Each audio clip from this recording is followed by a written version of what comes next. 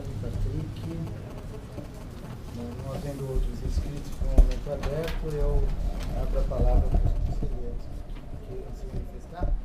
Não vou manifestar sobre o tema que foi objeto das falas aqui, porque ele está na ordem do dia, mas é negável a importância do projeto, dos resultados obtidos e da discussão para a instituição e para a sociedade. Mas fica aberta a palavra para os conselheiros. Luciana.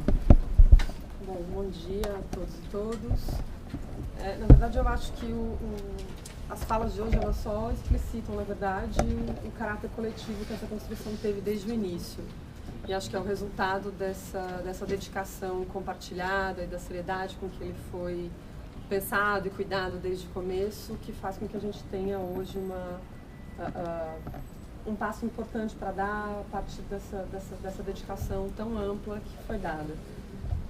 Concordo com o Renato, acho que a gente se manifesta sobre o objeto durante o debate do processo. Queria dizer que o parecer da ouvidoria foi elaborado conjuntamente com todos os participantes dessa construção. Então a ideia é que a gente consiga, por esse texto, reverberar a expectativa desse acordo. Eu queria aproveitar também, pedindo um pouquinho de atenção, mesmo que por um tempinho mais prolongado, dentro do que a gente discutiu no ano passado aqui no Conselho, a ouvidoria traz hoje para compartilhar com todos o seu relatório de gestão de 2013, publicado 6 meses após o último.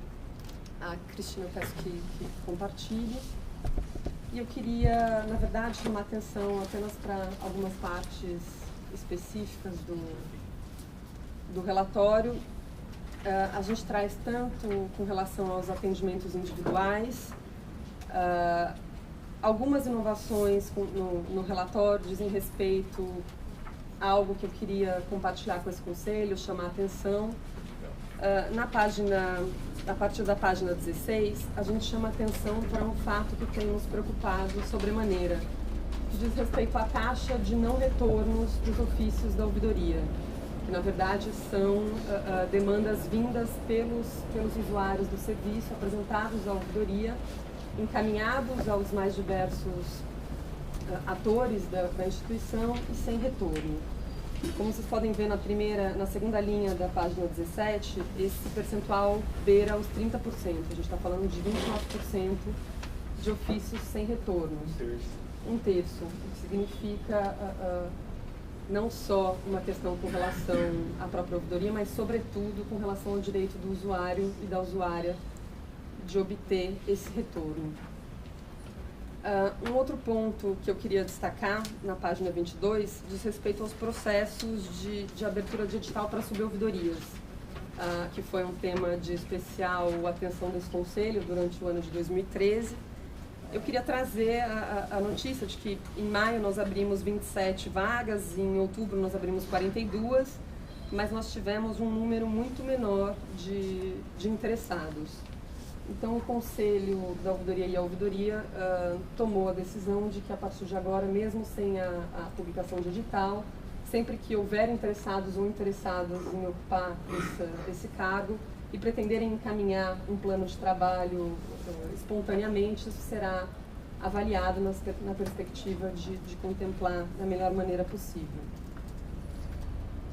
Uma outra inovação, acho que isso é, de fato, pela primeira vez que eu vejo com relação à Defensoria, na página 60, a gente traz, eu não sei se todos se lembram, que nós tivemos no Momento Aberto, em 2013, a presença de um geógrafo que veio falar sobre georreferenciamento.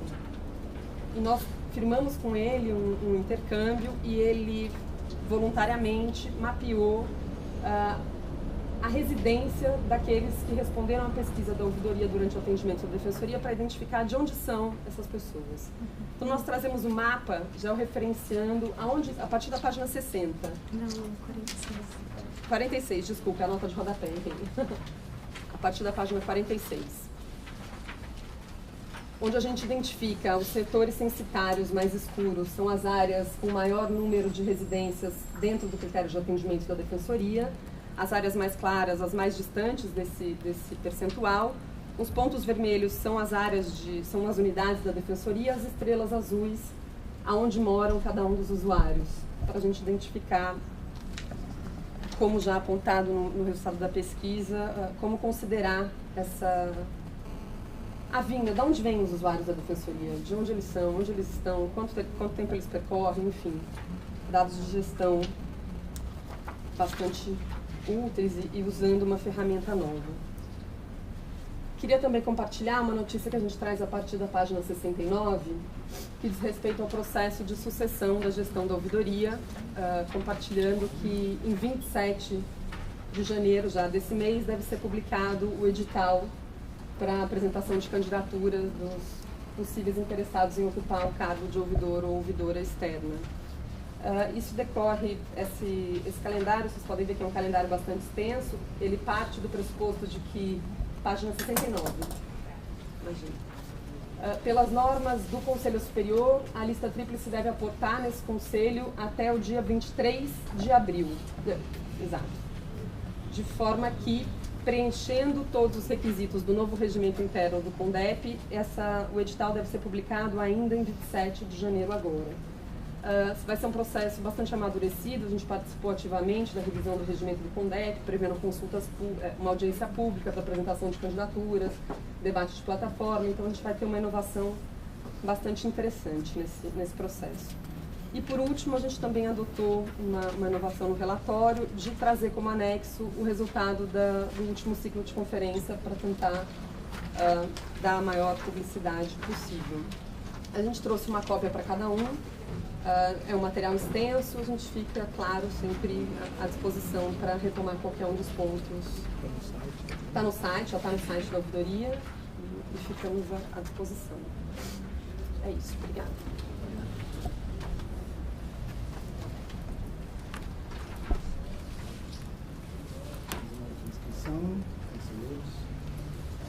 Eu queria mencionar, eu tinha conversado no começo da sessão, sobre a diligência do processo relativo à proposta do defensor Fabiano, aquela que limita o tempo de exercício dos cargos em comissão e funções de confiança, que o Conselho Superior deliberou uma diligência em setembro do ano passado e foram expedidos 3 ofícios para que essa diligência fosse cumprida, e o órgão interno competente a essa diligência não respondeu o Conselho Superior, indo inclusive ao encontro do dado trazido aqui pela Luciana de ofícios respondidos.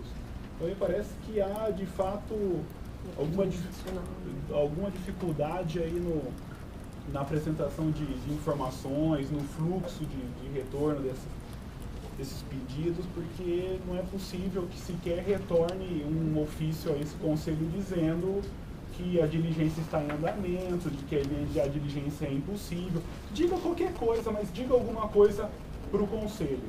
E se eu não pedisse na sessão passada a volta desse processo, o processo não voltaria e essa diligência não seria cumprida, não teria conhecimento disso. Então, eu fixo aí um prazo para que devolva, para que a gente possa analisar, não sei, eu fiquei muito chateado com isso, né? Se chateação fosse a palavra certa, porque me parece que seja de fato, há que se analisar, mas está aí a corregedoria para verificar se quem agiu, se quem recebeu não agiu com o zelo que deveria agir. Então, se for o caso, até já exorto aqui, insto a corregedoria a verificar se houve algum descumprimento de dever funcional na resposta por 3 ofícios. Me comunica, estou correto, Sara?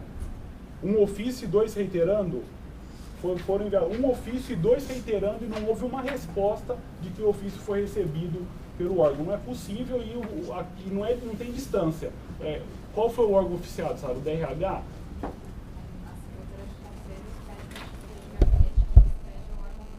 Que está a quantos metros de distância um do outro? No mesmo prédio aqui. Então algum problema há que deve ser resolvido.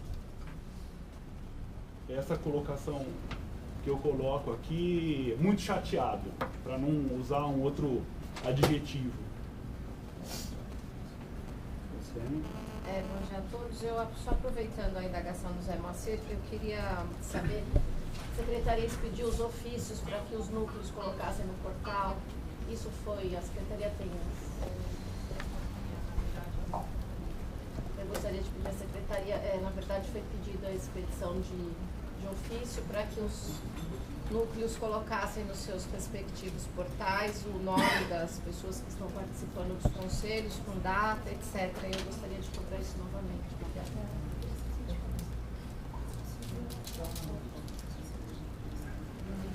Bom dia a todos. Primeiro, felicitar a administração, que se empenhou no envio da representação do Tribunal de Justiça em relação ao juiz do Braz. Me parece que essa semana nós tivemos notícias de um primeiro recuo efetivo, apesar de ele querer dizer que não é recuo, que transformar o recuo dele numa nova ameaça. Me parece que claramente ele percebeu a presença da instituição, que houve, que a questão não é só mais de um defensor versus juiz, ou de unidade versus juiz, mas de que a instituição está presente e tomou isso como um tema de interesse da Defensoria Pública. Eu acho que devemos manter a mesma estratégia, devemos continuar exigindo o Tribunal de Justiça e não abrir mão das possíveis outras medidas que podemos adotar, até que ele retroceda totalmente na sua atitude. Eu acho que isso prova como atuamos em conjunto, como a presença da Assessoria Pública Geral, da administração em determinadas questões, dão relevância e fazem ter um retorno, digamos assim, esperado do tema. Eu acho que, num primeiro momento, um juiz que não desafiou só os defensores, mas desafiou a instituição, percebe, como eu disse, apesar de querer dizer que o recuo dele é uma ameaça, de que não se pode brincar com acesso à justiça. E da mesma forma, como semana passada, e aproveitando até a oportunidade de Luciana aqui, conversei durante a semana com o De Vito sobre a sala no fórum do Braz. Parece que é uma das medidas, digo assim, que o juiz está se utilizando para ameaçar os defensores que estão no Braz, para dizer que, se vocês continuarem dessa forma, eu posso retalhar retirando a sala de vocês. É importante a gente ocupar essa sala, já tem um mobiliário lá, parece que precisamos instalar a rede lógica. Eu sei e sou testemunho de todo o esforço da CGA em equipar todas as unidades da Defensoria Pública, estão abrindo diversas unidades, mas me parece estratégico ocuparmos essa sala, especialmente porque o juiz me parece disposto a, em cada ato, desafiar a instituição. Então, se pudermos apressar, sei que tem todo um calendário, mas se pudermos apressar a instalação na sala do Braz, acho que seria importante para também não sofrermos pressão nesse lado. Como anunciei semana passada, o curso popular voltado aos advogados que queiram ingressar na carreira de defensor público está aberto. Quero agradecer a carreira, porque recebemos diversos pedidos para serem professores voluntários, mostrando o comprometimento da carreira, e muitos interessados estão mandando currículo, e gostaria que a carreira também pudesse indicar. Muitos daqueles tiveram ex-estagiários, ou aqueles que estão estagiando estão no último ano e sabem que tem vocação para ser defensor público, mas às vezes as pessoas não têm condições de frequentar um curso, e a ideia do curso é justamente esse. Então, aqueles que puderem indicar, falar para o estagiário, ou falar para aquele que já foi estagiário da Defensoria Pública participar do curso, seria importante. É importante ter pessoas que realmente queiram participar da instituição e que tenham condições da instituição, e a participação de todos os defensores nesse curso, ou digamos assim, no recrutamento daqueles que vão participar do curso, é muito importante. Também gostaria de lembrar sobre a elaboração do calendário eleitoral desse ano. Nós temos que estar com o calendário pronto 90 dias antes da eleição, ou, se não me engano, é da posse, né? Da posse. A posse da Defensoria Pública já ocorreu no começo de maio, Então seria importante a gente abrir. No recomendação para ver antes, em abril ainda. A posse sempre ocorre dia 15 de março, que é um mandato de 2 anos que tem vigência legal. 15 de maio e tal. Nós Nosso temos prazo para aprovação do calendário é 15 de fevereiro. 15 de fevereiro. Já vai aportar. Já estamos caminhando para o final de janeiro. Eu acho que para a gente poder debater, acho que tem aí também a posse dos defensores do sexto concurso, temos que ver as implicações dessa posse, então é importante abrir um debate sobre o calendário eleitoral. E por fim, convidar todos, como foi colocado ontem no comunicado da PADEP, vamos ter um evento de confraternização em Maresias, com a presença dos professores. Nosso evento de confraternização não são apenas confraternização, também é um espaço para debate sobre a carreira. Eu acho importante todos participarem. Fica aqui o nosso convite para a participação de todos. Obrigado, português. Instalação, conselheiros. Brevemente, queria parabenizar a conselheira Luciana Zafalon, do Bureau Geral, pelo relatório muito bem feito, gráfica e visualmente interessante, foi o que eu já olhei. Só 2 considerações até para compreender. Essa taxa de não devolução, ela está detalhada aqui na página 18, né, dos ofícios. Essa questão, o primeiro item que é trazido aqui são reclamações relativas ao convênio OAB com 117 solicitações não respondidas. Só para ter clareza, essas solicitações são solicitações de informações encaminhadas a órgãos da Defensoria ou a subseções? A Defensoria. Pelo fluxo dos nossos encaminhamentos, pela deliberação... Todos à Defensoria? Todos à Defensoria. Eu acho que isso a gente tem que refletir, discutir e verificar de fato. Talvez as unidades, e aí a gente tem que fazer uma distinção entre situações que estão sendo equiparadas aqui, e a gente vê que a página 18 aqui a gente está vendo uma série de ofícios não respondidos, a minoria, mas francamente majoritária, dizendo respeito à administração, e sim às unidades e regionais, aos órgãos de execução da Defensoria. No tocante ao convênio OAB, talvez a gente tenha que discutir mesmo com os coordenadores se há uma discussão sobre a legitimidade para essa resposta, uma vez que essa é uma atividade delegada, porque o número é realmente muito grande de solicitações não respondidas. Possivelmente os coordenadores estejam imaginando que não seja da responsabilidade, da atribuição deles responderem reclamações relativas a advogados ativos, o que talvez deva ensejar uma discussão, não sei. Mas é importante a gente olhar, porque o número é muito grande, é o primeiro lugar, quase com 6 vezes mais do que a segunda reclamação não atendida aqui. Não, só para, ainda em diálogo com a sua pergunta, a minha preocupação é mais quanto à cultura institucional posta em torno da necessidade do retorno. Quando a gente encaminha o ofício, a gente faz toda a reconstrução histórica do que se espera, de por que está sendo encaminhado para aquele sujeito e por que se espera uma resposta a partir de qual normativa.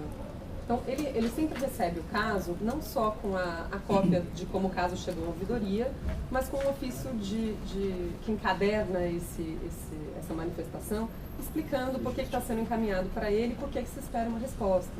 Então, a preocupação é mesmo uma cultura institucional da necessidade de resposta. Essa é a nossa preocupação. Eu queria entender um pouco melhor mesmo. No tocante ao convênio OAB, vamos supor aqui que há uma reclamação sobre a atuação de um advogado que trabalha em uma comarca X que não tem atendimento pela Defensoria. Essa solicitação, essa reclamação é encaminhada para o coordenador da regional a qual se vincula aquele município, pedindo para que ele se manifeste contra a reclamação do advogado? Para que ele se manifeste sobre se ele entende que é o caso de instauração de comista, se tem um pedido para troca de advogado, ele pode analisar se é o caso de proceder à troca, se ele entende que é para encaminhar para administração, para assessoria de convênios, enfim, ali a gente relata o caso, explica por que ele está sendo provocado e pedindo que ele nos ajude a analisar Porque eu acho que talvez a gente tenha que discutir o fluxo mesmo. Se há uma reclamação de aposta, talvez seja o caso da gente estabelecer um fluxo direto para a comista e que a Secretaria da Comista faça a intimação do próprio advogado, não sei.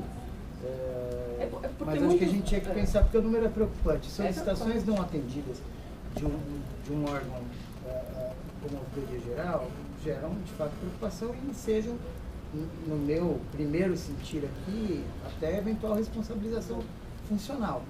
Então, eu acho que a gente tem que A gente até tomou cuidado, Renato, para que qualquer um que pegasse esses dados pudessem compreender esse fluxo. A gente pôs uma nota explicativa ao lado sobre qual é o fluxo que esses ofícios, especificamente sobre a OAB, a nota explicativa. Porque ele realmente aparece com... Porque às vezes o elemento solicitado, eu não sei, eu gostaria mesmo de concretizar, ver os ofícios que não são atendidos, não está ao alcance do coordenador, no tocante especificamente ao convênio OAB. Talvez a gente tenha que discutir um fluxo, ou mesmo normatizar. Então, cabe ao coordenador o quê? Mandar para a subseção e pedir para a subseção para que fale com o advogado? Isso talvez a gente tenha que pactuar para buscar diminuir esse número, mas é importante o registro e preocupante esse dado que a Auditoria Geral traz. A gente gostaria de fazer uma análise qualificada desse processo. O problema é que nosso mecanismo de busca do OTRS, para a gente analisar esses casos, teria que entrar em todos eles e fazer leitura de anexos de cada um dos casos. Mas isso pode ser feito. Aí, um outro questionamento em relação ao processo sucessório. Essas atividades aqui, elas estão estabelecidas como de responsabilidade do Conselho a partir da mudança do CONDEP. Do CONDEP. Tá. Elas são responsabilidades... Então, o Conselho só vai passar a ser protagonista aqui a partir do recebimento da lista. A partir do dia 23 de abril. O que nos preocupa, já que, aproveitando a oportunidade, é que a lei prevê 15 dias para escolha pelo Conselho Superior. Exato. E esse calendário, ele previu, assim, quanto a gente jogou o mais para trás que a gente pudesse, para não começar no meio das férias. Então, a gente começa em 27 de janeiro, para conseguir entregar isso nesse limite de 23 de abril. O que acontece é que fazendo, a gente estava desenhando o nosso calendário do semestre, a gente nota que essa lista tríplice vai ser protocolada numa quinta-feira. E dificilmente a gente consegue adiantar esse processo, porque ele tem todo esse calendário detalhado de fluxos de recursos, análises e novos recursos, que já deve ser publicado o calendário minucioso junto com o edital segundo o regimento do CONDEP. Então a gente não consegue adiantar esse calendário.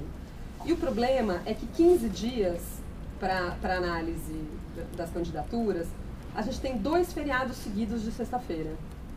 Então haverá um espaço muito curto para que o relator tome essa decisão.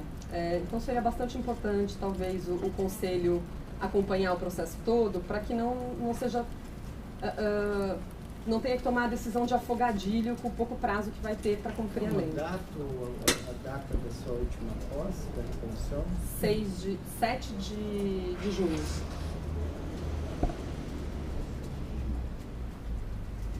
Eu posso compartilhar o calendário mais detalhado que a gente elaborou para o CONDEP, que traz todos esses indicativos.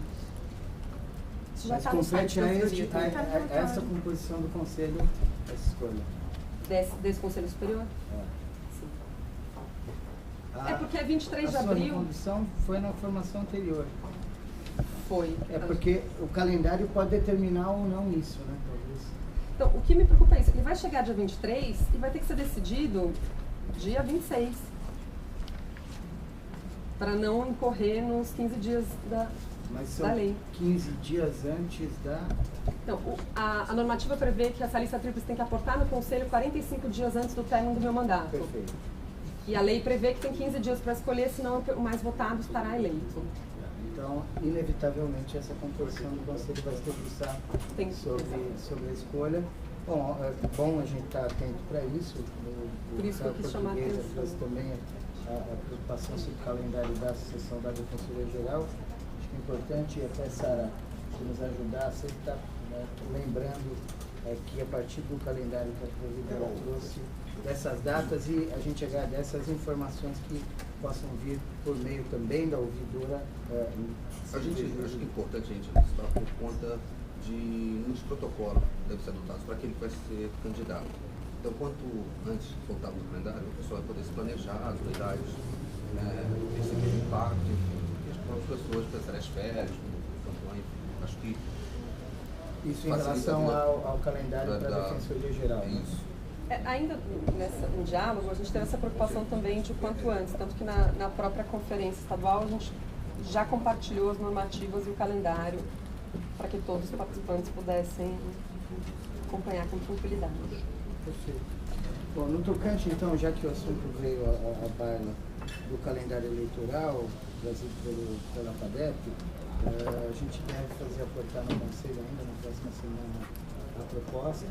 A deliberação, elaborada em 2012, ela trouxe já regras claras, houve uma discussão aqui pelo Conselho na ocasião, que não devem ser, por proposta da administração, alteradas, mas a proposta vai trazer apenas o calendário que tem que ser aprovado pela própria deliberação pelo Conselho. Então, o que a nossa lei estabelece é que esse calendário ele esteja aprovado 90 dias antes da sucessão, ou seja, 90 dias antes da posse do novo defensor público geral.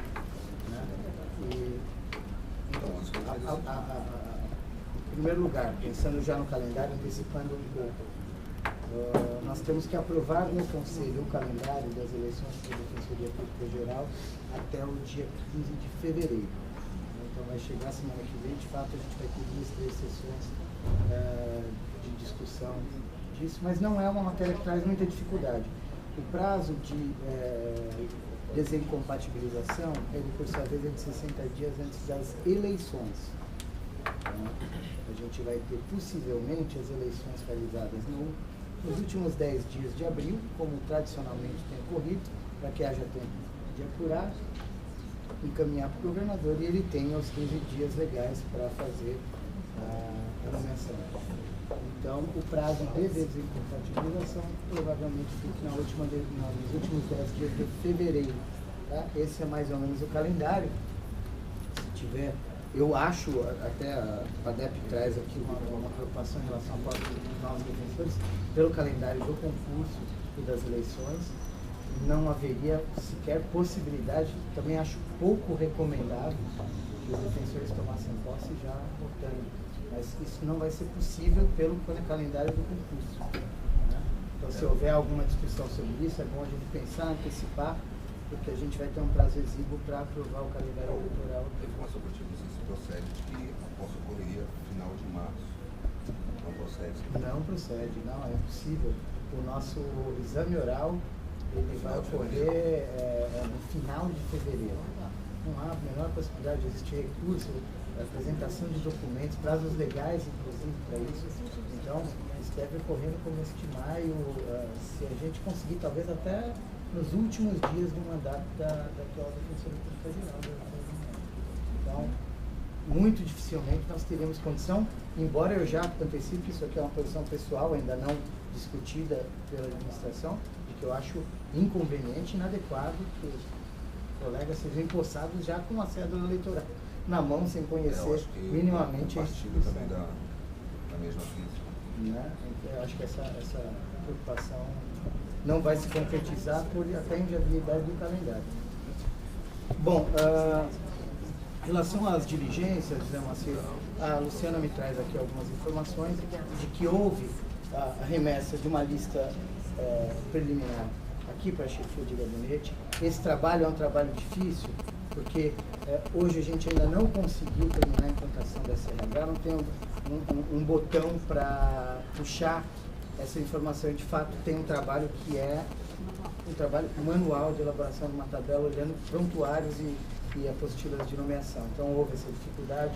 A CEJA encaminhou para a chefia de gabinete uma lista. A chefia de gabinete apontou que não havia ali, como se fala em cargo e função de confiança, que não havia as funções de coordenador regional e coordenador de núcleo, que, a rigor, pelo regime jurídico da 988, são funções de confiança igualmente, acho que estão no escopo do pedido de diligências até. Então isso voltou, e esse é um trabalho difícil. Você imagina, em todas as nossas regionais, fazer o levantamento de todos os coordenadores que passaram pela regional nesse período. Então eu vou pedir um pouquinho de paciência. Nós reiteramos, não há, eu posso dizer, José Maciel, propósito de não atender nenhuma diligência decidida aqui pelo Conselho.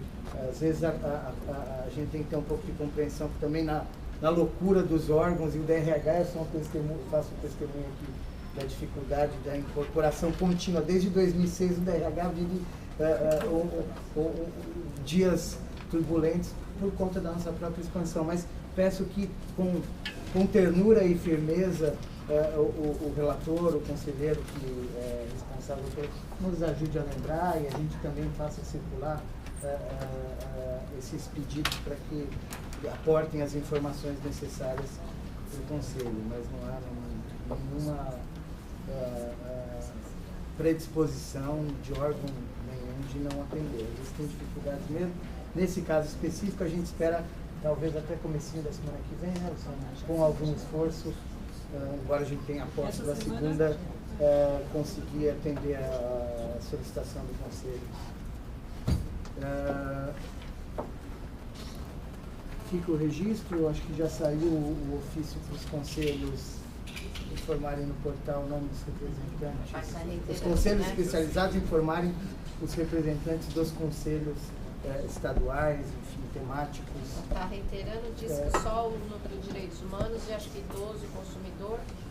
Eu acho que é importante não só, talvez, a divulgação do nome, essa já é uma discussão que a gente tem travado nos núcleos, até naquela perspectiva de revisão dos próprios relatórios dos núcleos, no sentido de se conferir alguma transparência, talvez o próprio balanço de atividades desses representantes, que afinal representam a instituição, esses conselhos, talvez fosse conveniente a um plus em relação ao que o Conselho está pedindo para os núcleos, mas acho que é muito importante a gente dar essa devolutiva, inclusive para a carreira do que as pessoas que estão indicadas e representando a Defensoria Pública nos conselhos estão fazendo. Então, compartilho aqui da preocupação da conselheira Franciara.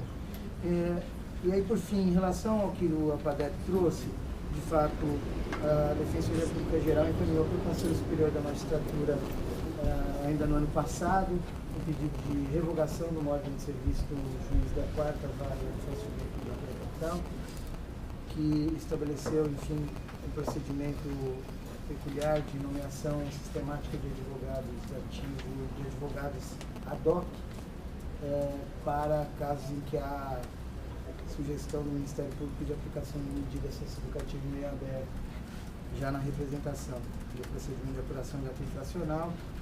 É um caso que a gente tem tratado com tranquilidade, já foi tratado, inclusive aqui, alguém já trouxe essa questão. A gente tem dialogado bastante com os colegas da infância e com o presidente da Comissão de Prerrogativas, e já buscamos interlocuções, inclusive preliminares ao pedido administrativo, que não resultaram frutíferas.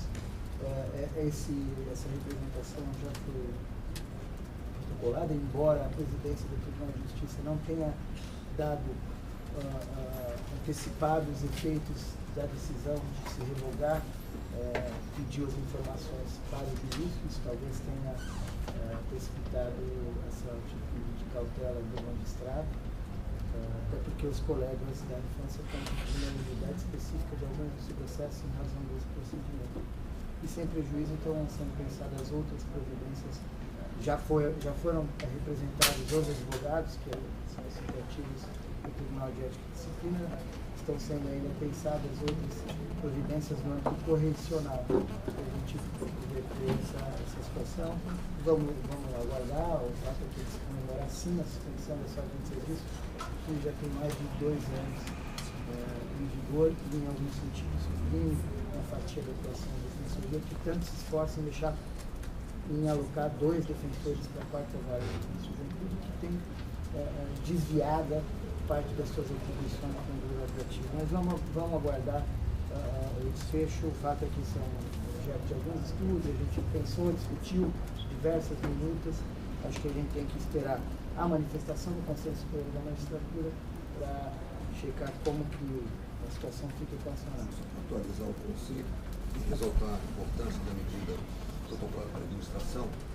O juiz, que é um servidor público, né, ele reiteradamente nega o atendimento jurídico público para o cidadão, encaminhando ao advogado atuar. O que o juiz resolveu fazer agora, e diz que foi porque deu na cabeça dele, e falou, agora eu vou perguntar para a parte se ela quer um advogado, né, porque é mais rápido, e se a parte quiser um advogado, aí agora ele tem já um modelo de procuração, a pessoa vai assinar esse modelo de procuração e vai ser nomeado, o advogado vai começar a atuar.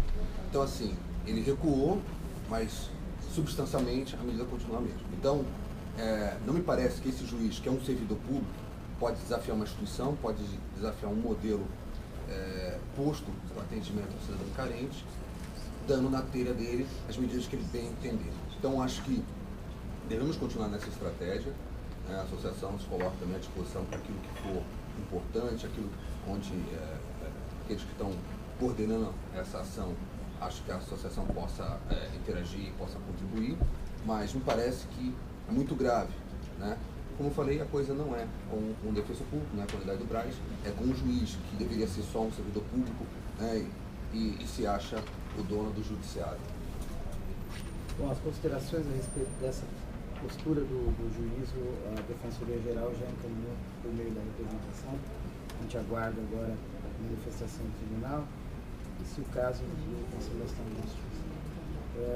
Em relação à sala no fórum do Brás, o ADEP já havia me trazido essa preocupação nessa semana, eu fiquei até de dar um retorno num outro tempo, mas consegui conversar um pouquinho com a Luciana, o Davi tem essa história também.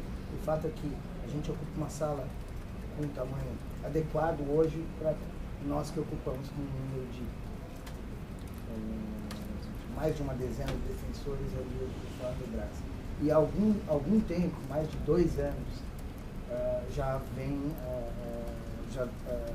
uma cobrança para a desocupação de parte dessa sala.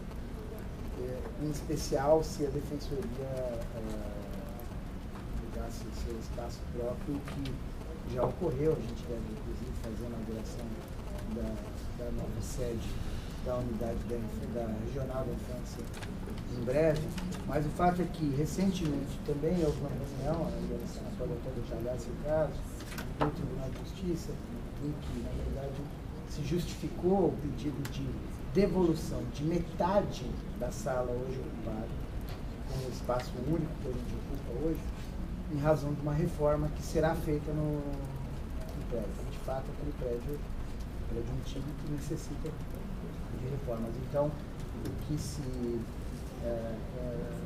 tentou estabelecer com o tribunal seria no limite, isso não teve encaminhamento concreto, mas pode ser que venha apenas nos próximos dias, a devolução de metade do espaço ocupado pela Defensoria quando da inauguração da nova sede. Parece que os problemas para a ocupação lá, em especial o ar-condicionado, foram sanados, então a gente vai inaugurar também nosso espaço e a gente está abrindo um espaço privilegiado, um espaço muito mais adequado do que aquela sala. Agora, a sala já é ocupada, não é uma questão de mandar ou não um lugar, porque a sala já está ocupada e é ocupada há anos, desde a PAJ, dos espaços lá no fórum.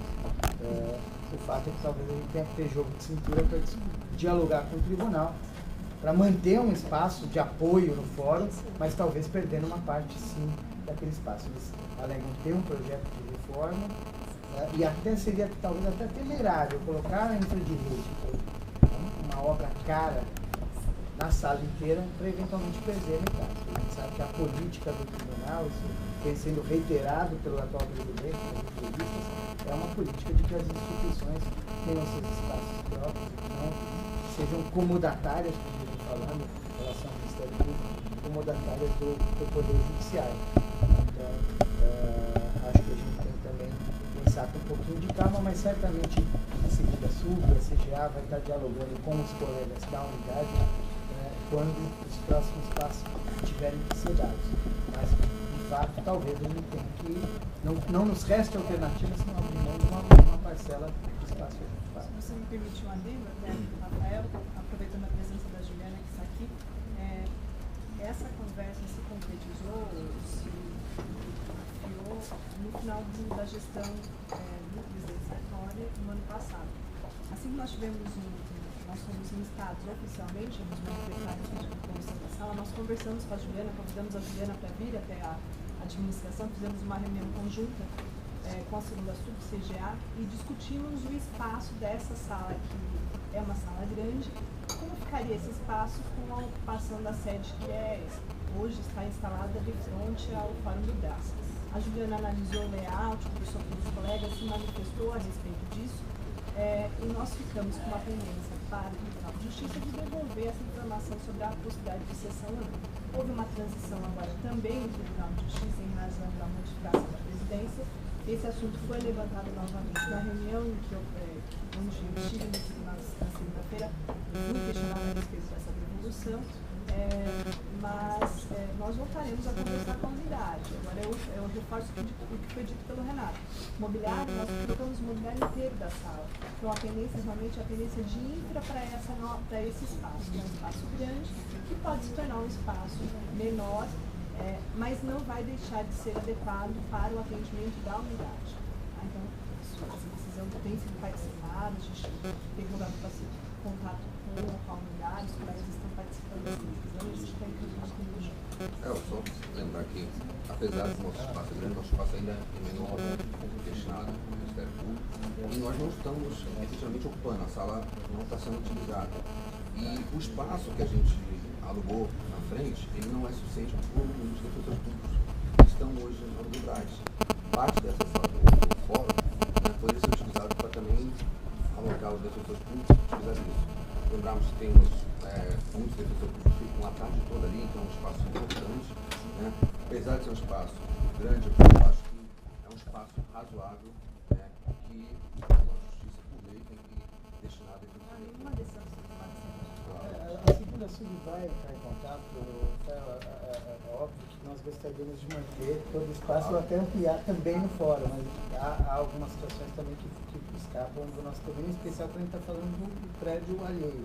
Então a gente está negociando com jogo de cintura, com diplomacia, com o Tribunal de Justiça também, para que a gente, se vier ter a redução do espaço, seja o menor possível, que a gente adeque. Não posso deixar de registrar o empenho, as dificuldades no processo de locação desse imóvel especial, da Luciana, da CGA, no sentido de estar provendo também um espaço muito interessante. O agradecimento da unidade. Que nunca foi provido da CGA, no espaço, no mobiliário, e frisando que, quando eu falo da rede lógica, eu entendo também todo o trabalho da instituição, que não existe só a unidade do Brás, existem milhões de várias outras unidades. Compreendo completamente isso e acompanho os desafios do trabalho que já nessas outras unidades. É só mais um desafio, né? Mas nunca levantando que há uma insatisfação ao contrário. Né? A unidade ficou muito feliz com a alocação do espaço e coloca até por uma questão só de estratégia mesmo, a ocupação do sala do fórum. Ok, não havendo outras manifestações dos senhores conselheiros, passamos a ordem do dia e eu indago aos colegas se tem algum pedido de inversão. Imagino que já venha a ser encampado o pedido de inversão manifestado ao processo, em relação ao processo que regulamenta a atividade do mais em cárcere, de convívio. E algum outro pedido de inversão?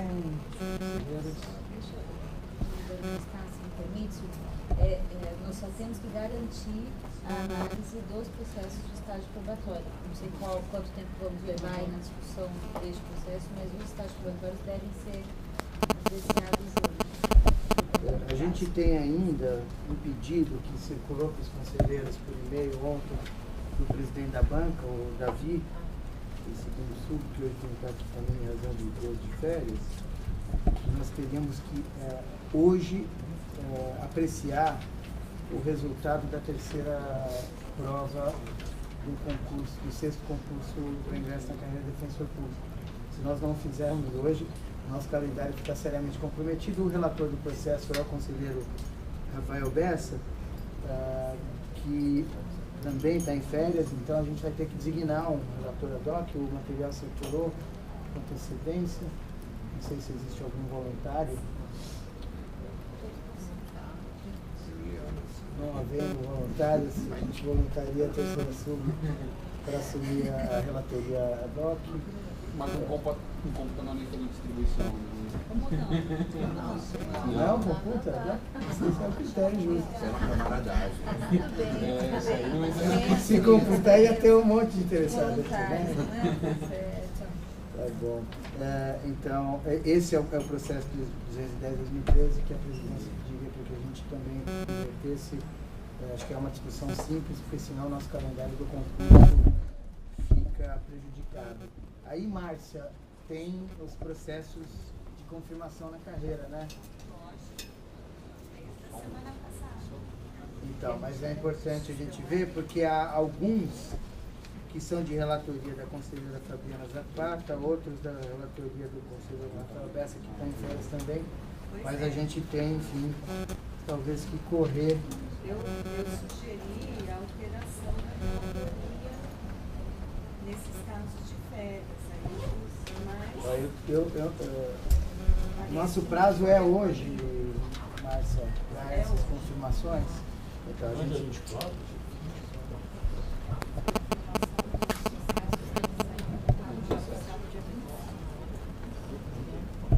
Bom, no limite, então, a gente tem que aprovar toda aqui, ó, da página 4 até a página 9, todos esses processos. Tudo bem que acho que os processos não estão nem aqui. Os processos do BES da Fabiana. Os do BES da Fabiana realmente não estão aqui. Confirma com a Cisa, porque às vezes 24. Eu acho que não há grande problema na votação desses processos. Podia destacar o que tem uma questão pontual ou não, o resto a gente vai votando. Ótimo. A minha dúvida é que a discussão do...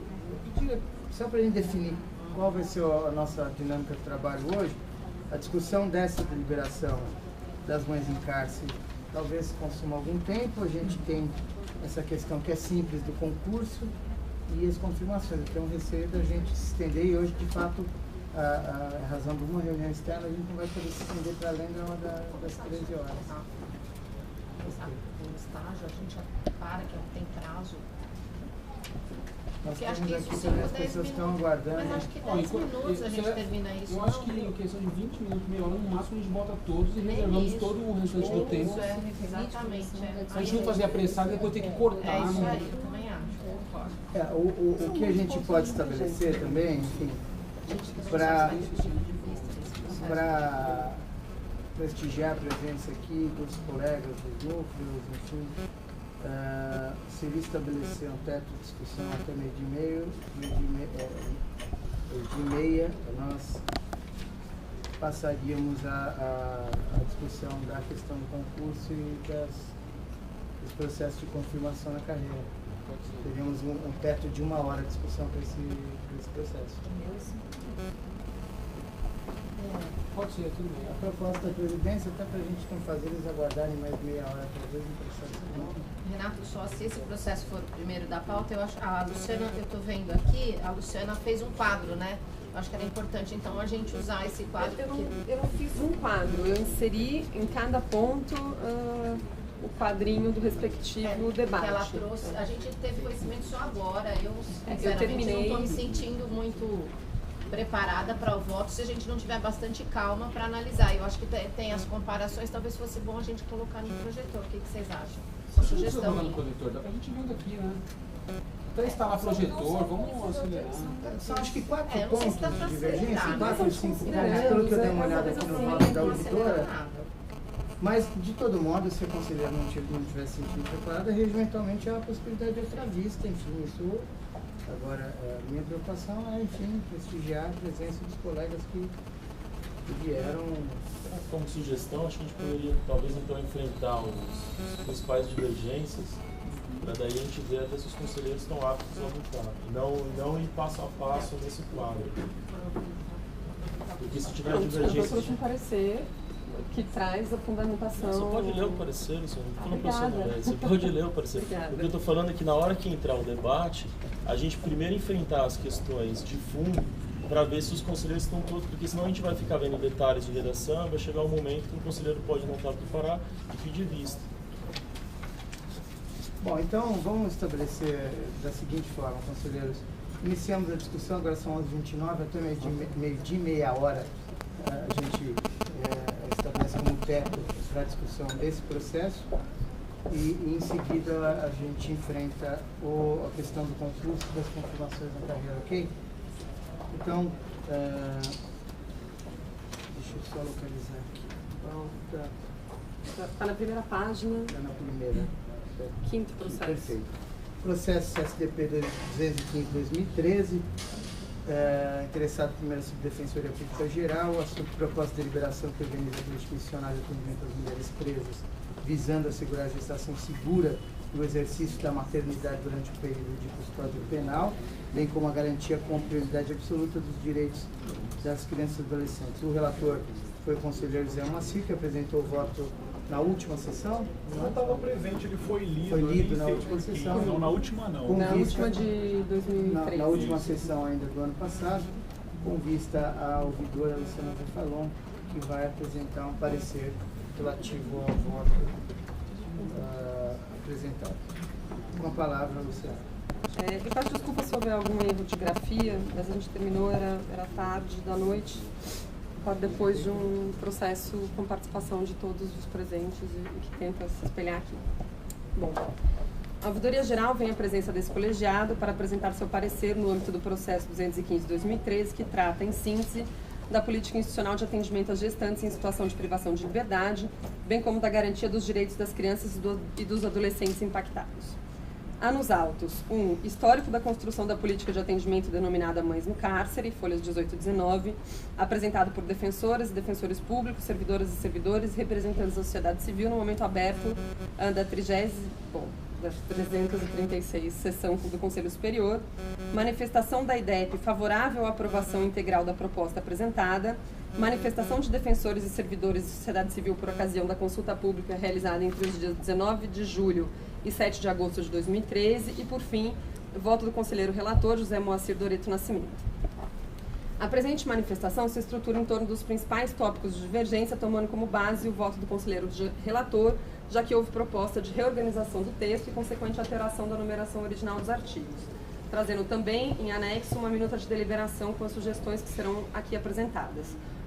Contudo, antes de tratarmos os termos das propostas em questão, é imprescindível trazermos ao debate algumas questões. Eu só quero deixar claro com esse artigo que, ao invés de pegar a proposta original com as suas numerações, a gente partiu do voto do relator nessa proposta. Conforme já exposto a esse colegiado, por ocasião da participação de defensores, servidores e sociedade civil no momento aberto de 19 de julho de 2013, a proposta ora em análise se configura como desdobramento natural de uma longa e coletiva construção legitimada pela participação de plurais sujeitos com notória e reconhecida atuação nas diversas áreas abrangidas pelo tema e pela constatação de que há um problema estrutural no trato com as mulheres encarceradas que transversaliza diversas formas de discriminação